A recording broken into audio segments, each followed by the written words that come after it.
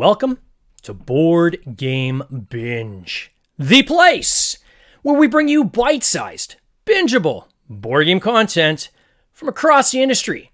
I'm your host, James Staley, and in this episode, we're chatting with Sean Fletcher from The Op Games.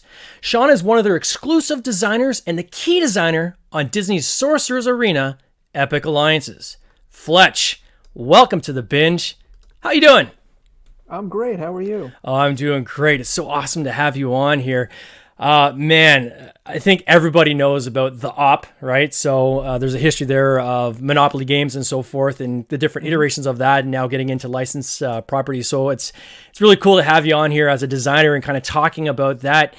Kind of just to start off with, when did you join the Op? I've been with the Op for about 4.5 years now. 2018, I started at the Op, and it's been fantastic. It's just been such a joy to work with this team. I'd had an opportunity prior to officially working with the Op. I invented the engine for Harry Potter Hogwarts Battle, which the Op licensed from the studio that I was at. So I'd actually had a chance to work with some of the folks from the Op in seeing that grow and develop into what it is.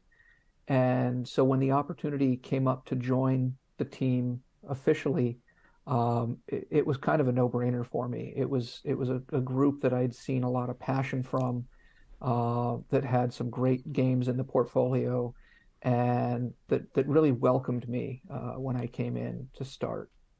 Oh, it's amazing. And so what were you doing before then? So how long have you been kind of in the gaming industry? Is this something you've done pretty much out of school, or was it something you kind of happened into, or how'd that kind of... No. I got my degree in graphic design at RIT in Rochester, New York. Oh, wow. In 1999. Okay. And then, so I was a graphic designer and freelance art director for several years. And then around 2006, I want to say 2007, I actually struck up a conversation online with a guy named Mark Rosewater. Okay. You may have heard of. He's the head creative guy for Magic the Gathering. Yeah. And that led to me doing some design work for the Shadowmoorexpansion for Magic. And then from there, I went back to graphic design for a few years, worked for another studio in Seattle as a graphic designer. And then because that studio primarily did game invention, they eventually looked at what I could do and my skill set, and they said, you know what, there's a lot of graphic designers out there. There aren't so many people that do board game and design and have that experience and that skill set. So let's just move you from this chair to that chair.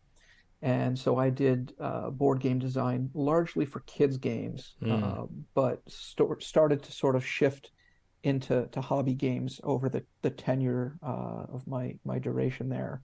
And then, like I said, 2018, moved down to the San Diego area and started with the Op. And then when you talk about going from graphic design and into kind of game design, so was it designing of the artwork and kind of things like that for the games, or did you get deep into the actual creating the game itself, like the game design, so to speak, right? Mechanics and so forth. Well, that was kind of that transition over the stretch when I was in Seattle. Like I said, I was a freelance graphic designer and art director, and I was brought into a studio specifically to be a graphic designer. They liked the fact that I had game design in my background because it gave me a better understanding of how components should be designed to fit together visually, etc. Sure. And it just sort of slowly over time that needle shifted from graphics to game design. Yeah. And it was a really interesting stretch. And even now, I find myself drawn towards getting involved in the creative and art side of things, but I have to kind of hold myself back because we have an entire very skilled and experienced team to do that. Yeah. And I don't want to stop them from doing the amazing work that they already do. Yeah, it's gotta be tough, right? When it's something that you've been involved with in the past, to not want to say, "Well, wait a second, guys. Have you thought about X, Y, Z?" And I think that's the hardest thing to do sometimes for people is to kind of sit back and say, let the team that are professional, their part, kind of do it, right? Yeah. Well, it's a skill set that still comes back in useful ways without treading into another department's role. Yeah. When I build prototypes now, one of the big things I think about is, does usability of the prototype impact the gameplay experience, and is that going to negatively or positively affect the accessibility that people have when they're trying to learn some kind of new game? Yeah. Are you still, obviously you've got way more resources at your hands than you would have had, say, 10, 12 years ago. Um, but is there ever a time when you're literally cutting out paper still Oh, all the and prototyping? time. Oh, really?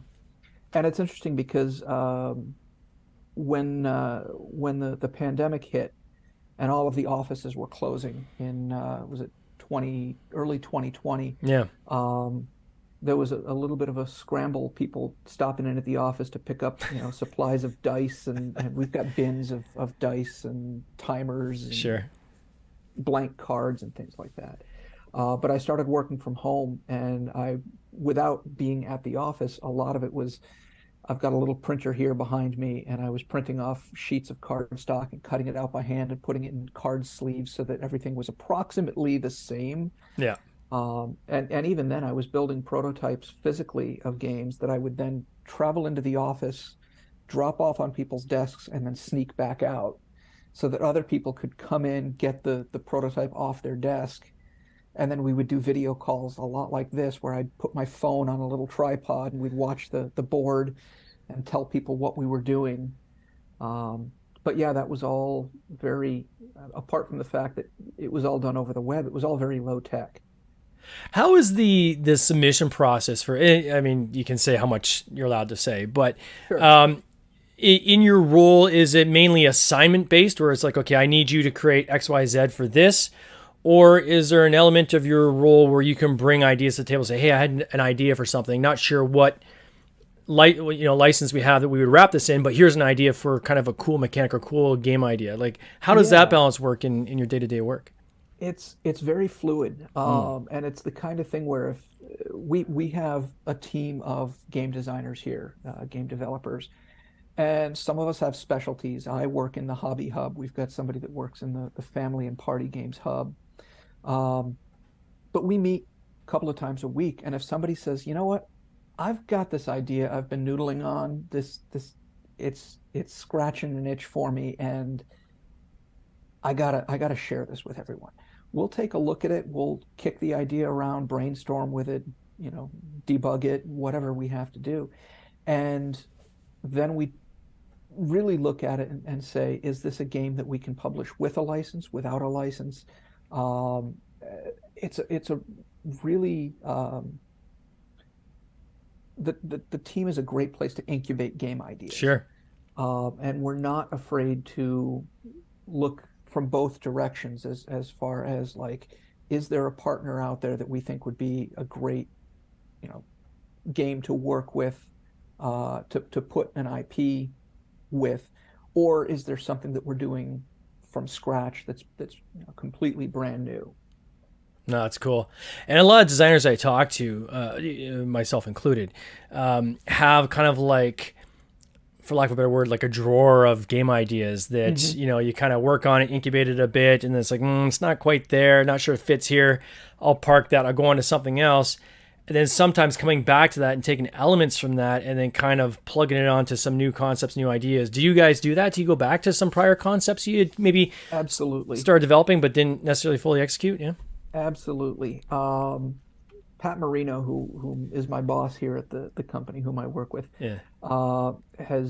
he's been working with the Rising platform for a while, Yeah. and it's always fascinating to see where he can take the original mechanics from uh,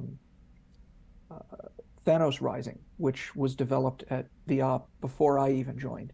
And it's gone through a Star Wars theme, it's gone through a SpongeBob SquarePants theme, and most recently he worked on an Avatar, the last Airbender theme, Fire Nation Rising. Mm-hmm. And through each of those iterations, he was able to take some new idea and say, okay, here's what is familiar, and here's this new idea that I've been working on that fits into it this new way, or in that direction, or it's a way of using familiar ground to explore new ideas. And that happens a lot with what we do. Yeah. And when you're doing your prototyping, so in a game we're going to talk to in a couple seconds here, which has a lot of standees in it, which look super cool. Yeah, Look super cool. they But look great. is that something where are you, I guess you're cutting out paper for those and you're kind of making your own standees? Or how do you handle that when you're doing your prototyping? Like, what analog do you use while you're kind of going through the development part? Well, for the game that we've just teased here, Yeah. most of my prototyping is actually digital. Hmm. I work using Tabletopia, which is Okay. a free online web browser, web-based uh, virtual tabletop gaming space. And I will just find whatever, low res assets I need, Mm. and plug them into the prototype so that we can do play testing anytime we want online with folks all over the country. Um, and as a graphic designer, as that being my background, I use Adobe InDesign to do all Nice. my card layout, and I can just Yeah. export my files as PNGs. This is all the technical in the weeds stuff that most No, it's people aren't cool. going to understand or care about. Yeah. But I make my PNG files, upload them into Tabletopia, and it's great because if we find something that's buggy or needs some adjustment, I can go right back to my InDesign files, make my edits right then and there, and within 5 minutes have a whole new set of cards and components in the digital prototype Yeah. without having to break out the Sharpies. No, it's awesome. And do you guys ever use Tabletop Simulator or is it predominantly Tabletopia? We stick to Mm. Tabletopia largely because we had to learn one system, and we went with the one that was free for people to use. Yeah. Tabletop Simulator is great, but you've got to have Steam or whatever other Yeah. platform you're using for that. And with Tabletopia just being web browser based, no one had to download anything special. Everyone's got a browser, so you just fire that up and you're ready to go. Everyone has access to it and so forth. Yeah, the InDesign I can relate. I think you're talking about like data merge, right? In InDesign, so you can Sometimes, yeah, create your spreadsheet and then okay, I need to make a couple changes to the hit point values or whatever. I'll make them on the yep, spreadsheet. Hit enter, and InDesign will automatically do all the combinations, permutations. You can update oh yeah, 100 cards in one shot, right? In right, literally a minute, right. which And is amazing. so much of the work I do these days is in spreadsheets. Yeah. Like you wouldn't expect game design to be so just like Excel. Just plug yourself into Excel and stare at a grid for, the next 5 hours. Yeah. But no, there really is a lot of kind of mundane feeling things that go into making much cooler things in the long run. Yeah, for sure. So talk to me about the Disney Sorcerers Arena Epic Alliances. So I'm going to show it on the screen here for people that are watching. Yeah, So this game, when did you start working on this game? Obviously, I imagine there's years of work here, but kind of talk us through the process of this thing coming together, including the expansions. sure. So this actually came to us from Disney, and that happens sometimes. Sometimes we will create a platform and then say, "Hey, Disney, hey, whomever, we think we've got a game here. Let's partner on this." Hmm. This was a special case where the Disney mobile team that created the Disney Sorcerers Arena mobile game came to us and said, "Hey, we've got this idea for a game we're working on. We haven't even really launched it yet, but we like tabletop games and we don't have the skills to make one. Can you do it for us?" And my boss looked at me and said, "Dude, you're a Yeah. game designer who loves Disney. I think this project lands on your plate." Yeah. And I was thrilled. We first heard about it, I want to say maybe early 2019, and we didn't really have a solid base to start from as far as like, are there art assets? Are there videos and demos of what the gameplay in the mobile game is going to be like?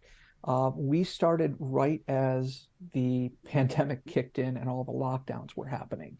So I was working from home when I started developing Disney Sorcerers Arena Epic Alliances.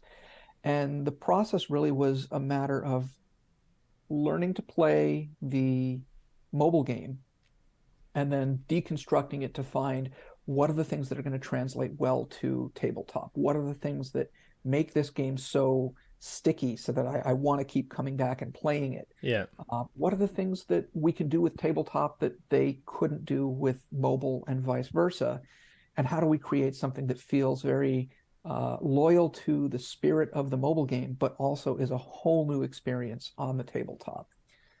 And the big change that we made was that in a tabletop space, you can move pieces around. And you mentioned the standees. We wanted a reason to have standees. In the mobile game, there's no movement. So you pick your characters and they digitally sit in specific preset spaces on the table and they fight. We wanted that movement because it gave us a reason to put cool components in the box, and also gave us some really strategic tactical space to explore with the game. Yeah, one of the things that stood out to me right away on the standees, and again, I'm going to show it on the screen here because it's super cool. I geek out over any kind of board game kind of elements that add to the experience, right? So anytime someone can do something creative with a standee or do something creative with the components of the board that seem a little unique or kind of a twist on other concepts, I absolutely love it. So the standees have this kind of base that has like a dial on it, right? So you're kind of dialing, kind of, for lack of a better word, the hit points on each of the characters, which I thought was really cool. I've seen iterations of this in other games, but not quite like this. So I thought this was really cool. And then on the sideboard where you have your characters lined up, you've got these status effects. And again, I'm showing a picture here on screen, and they kind of notch in beside your characters, which I like that kind of way that kind of fits, right? The turn order tiles are like an hourglass shape. Yeah. And then those status effects are these chevrons that kind of can be sequentially stacked. So you can have more than one status effect on a character at a time and just visually see, okay, it's so-and-so's turn. They're dealing with being immobilized and cursed, and this other thing is happening, or so-and-so is now strong and hits for more damage. And it's, it's fun because the status effects are as crafted as the characters are. The game, really, the heart of it is being able to pick 3 different Disney and Pixar characters and put them on a team, no matter whether they feel like they go together or not. You can put Maleficent with Mickey and Demona from Gargoyles and just put them on your team, put them in the arena and battle head to head. And with each character playing in a way that feels loyal to that character, you can get a feel for what to expect from that character. Sully is a big protector. He's a big tank paladin sort of personality. Yeah. That's exactly what he does in the mobile game. Demona from Gargoyles, if you remember the series from the 90s, she was very reckless and sort of wrathful. And that's what she does in the game. She doesn't care if she's hurting her allies when she deals damage. She just wants to deal a lot of damage. And I had a lot of fun sort of building out and illustrating those personalities with game mechanics. Do you create the mechanic and then layer the personality on top, or do you take the personality and say, okay, I have to create a mechanic that fits that? Which comes kind of the egg or the chicken? It's more of the latter. Okay. But there are stages where we'll look at development, and we're a couple of expansions in now, and we're designing more of them. And we'll look at the game and say, what we need right now is a character that can do X, Y, and Z. Z, sorry. I'm in Southern California. There's a different alphabet here. And so sometimes it's a matter of finding a character that fits a role and a niche and an opening in the game. But mostly it's using characters that we know and love and that are interesting and that are going to kind of build out a palette. And expandable, quite frankly, right? Because again, you've got these expansion you guys came up with where, again, I'll show this on screen here. We've got your thrills and chills Thrills and expansion, chills. Yeah. which has some of the scarier creatures, I guess, from the Disney Pixar world. Oh And yeah, I love the Horned King. He's great. yeah, I got him on screen here, which is really cool. And then also the Turning the Tide, right? Epic Yep. alliances, or then you have Moana character and so forth in there, and Lilo and Stitch, and some Pirates of the Caribbean characters. So I mean, it's you've got the platform, right, where now you can just keep building out and adding different characters, different personalities. I guess you could expand this thing. I hate to say infinitely, but certainly there's different waves you can come with new characters, and Yeah. as Disney expands its properties, right, then you can add Yep. even more characters on. There's, I guess, obviously this leads itself to tournament style. People obviously when they're in a mobile environment, very tournament style, but I think you guys have something come up as well where you're taking this kind of to the next step. Can you tell us a little bit about that? Yeah, yeah. Over the next couple of months, through 2023 and leading up to Gen Con 2023, we're going to be running a tournament series called the Ops Road to Gen Con. And it's a 10-city stop. We're going to be doing stops in Portland, Oregon, Seattle, Washington, Anaheim, Orlando, Rochester, New York, a number of other cities. And really, it's a sort of a celebration of this game Yeah. and competitive play. We've got all kinds of cool prizes at each of the stops, including the grand prize for the 10 stops together is a set of passes and airfare to Gen Con in Indianapolis, where we're going to Wow. play the World Championship of the game. And if you win the passes to Gen Con, you get an automatic seat at the table for the World Championship. Oh, that's crazy. Are you personally going to be there? Like, are you going to be there signing I'm copies or going to anything be like there that? for a Or bunch of the yeah, stops. I sign copies yeah, and give rulings when there's questions about the rules. yeah. So it's a first for me running not just the game, but helping to organize and run such a big tournament experience.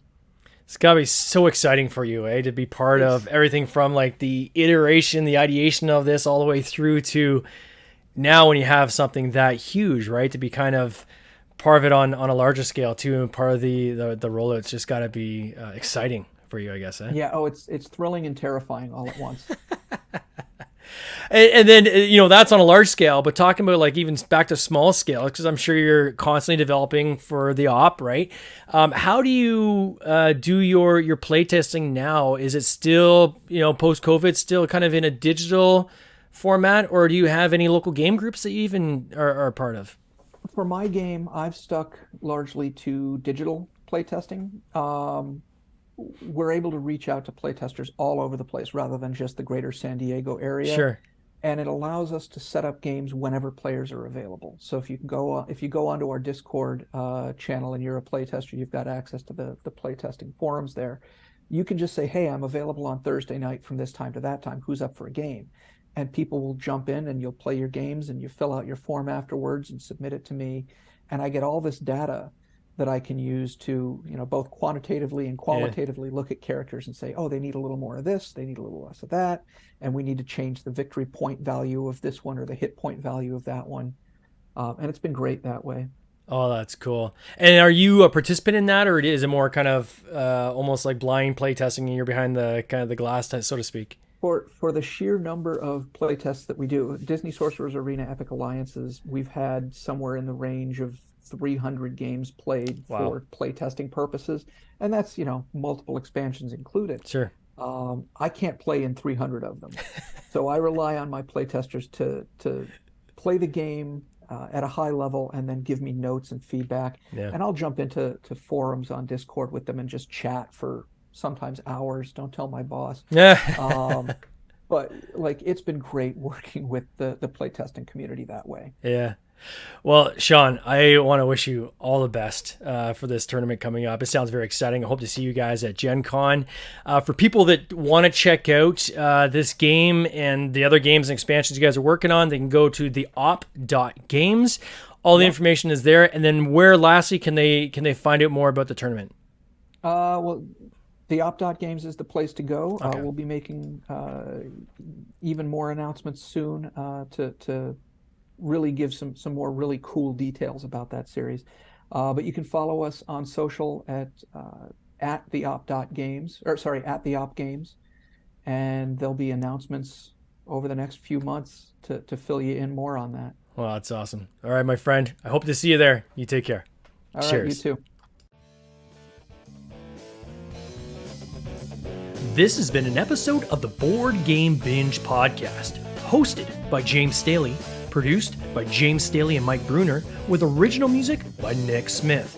If you would like to watch these interviews live, simply subscribe to our YouTube channel, Board Game Binge, and you'll get access to live interviews, giveaways, and interesting board game content from across the industry. I can't wait for you to join us. See you next time.